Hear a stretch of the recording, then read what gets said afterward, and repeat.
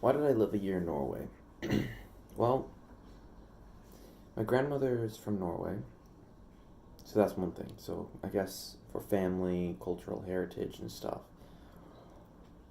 She immigrated in 1953 at the age of 10 with her parents. Then she went back in the 60s and went there for high school. And then, yeah, and then my mom and my uncle went to school in Norway when they were teenagers. My cousins went back, and so I grew up in a community in the United States, like of my family. Everybody could speak Norwegian but me. So it's kind of like you feel like an outsider if you don't understand that and don't have that experience. So ever since a really young age, I wanted to go.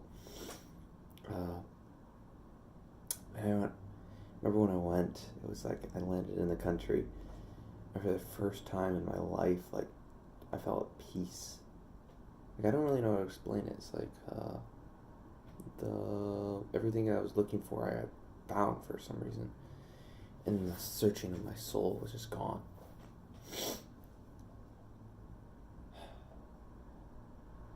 In the first 2 weeks I was there, I met 76 cousins.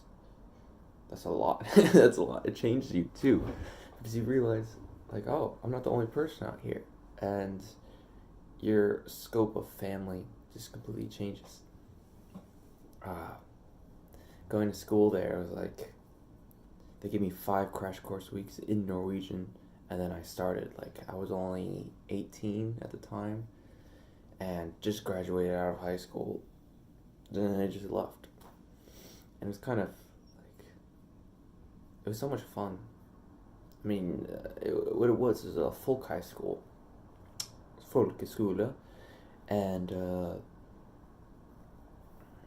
it's like an in between of high school and college.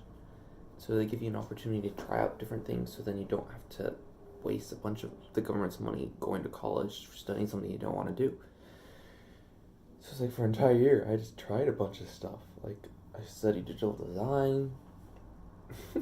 I did classes like Netflix and Chill, Chill Lounge. I played soccer. It was just, all the while taking Norwegian classes, and I mean, it really was an amazing experience. I believe it cost $12,000 as an international student. Yeah, and then I lived there, and I probably paid 4,000 or so in traveling expenses. And I was able to go to, well, this is a difference. Since I have a lot of family in Norway, I was able to travel around for free. I got like free cruise tickets because some of my cousins work on cruise ships. But so I traveled most of the country, like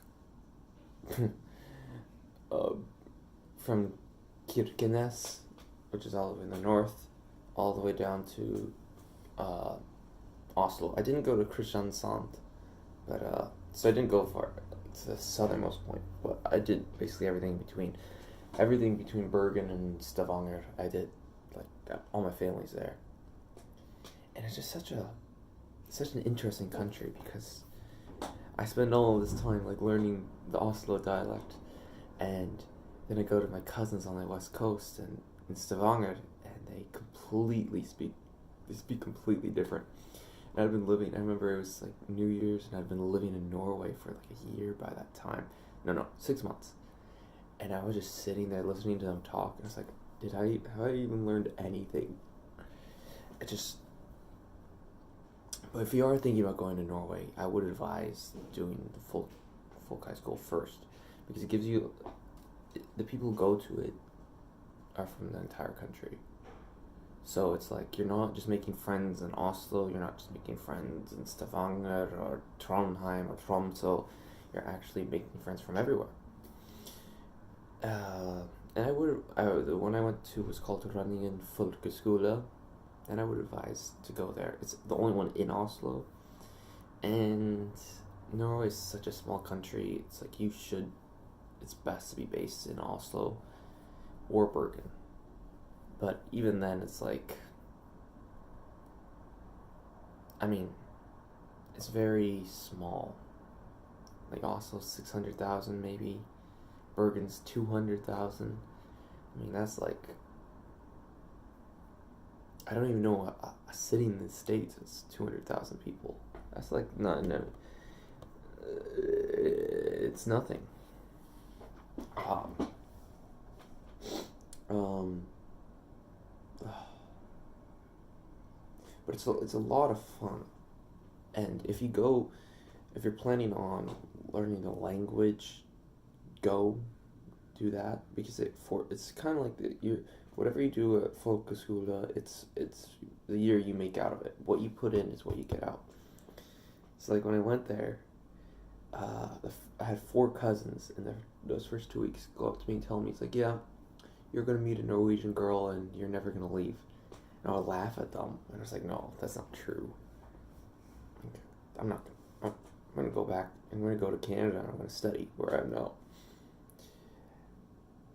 No joke, half of the Americans in my school over half ended up staying. It was, it's just scary, because like you see people change and suddenly they fall in love or whatever, and change their entire future, and it's like, oof. Yeah. So be careful of that if you are going. I escaped it because I went through a breakup. I was doing long distance and I did a breakup, so I wasn't even in the headspace for starting something new. And I was pretty immature at the time too. I still am, but so I escaped it because of that. But yeah, it's real, so be aware of that. Also, if you're moving to Norway, you have to pass the Bergen test to get into university. When I went there, I saw how hard that was, and I was like, that was basically the nail in the coffin. I was like, yeah, I'm just gonna be here for a year. I'm not interested in going to university, because my friends who were planning on passing the Bergen test and studying more. I mean, I only saw them during class, in the Norwegian class. They were just studying the entire time. I mean, like, they would do all the workbooks that we had, and then get in the more and more and more advanced. They'd be doing Duolingo at the same time. They completed all of Duolingo. And I mean, how many were there? I believe there was 16 in the class. And 16 in the class, and around 6 of them were refugees, so that there was 10 of us. And of the 10, maybe 6 were planning on staying and passing the Bergen test. And of those 6, only 1 made it, and the other one of them's still there right now. No, 2 passed. One of them's still struggling, trying to make it, and the other 3 are back. I mean, they went back to Madagascar. They went back to China. They just, I mean, it's hard. Damn, it's. So be aware of that. Yeah, you have to study your ass off, and there's over probably like a 75% chance that you won't make it after just a year. I mean, I learned a lot about Norway, but I think that'll be for another video. But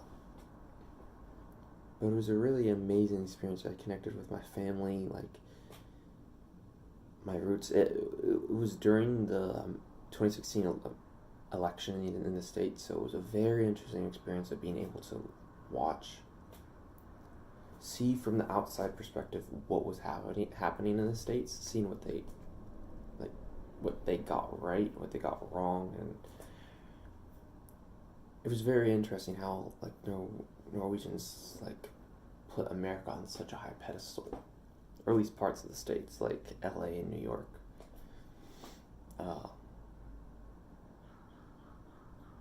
But I would advise going, but be cautious and go with a plan, because you can't just go there and wing it, or it's not going to work. Okay.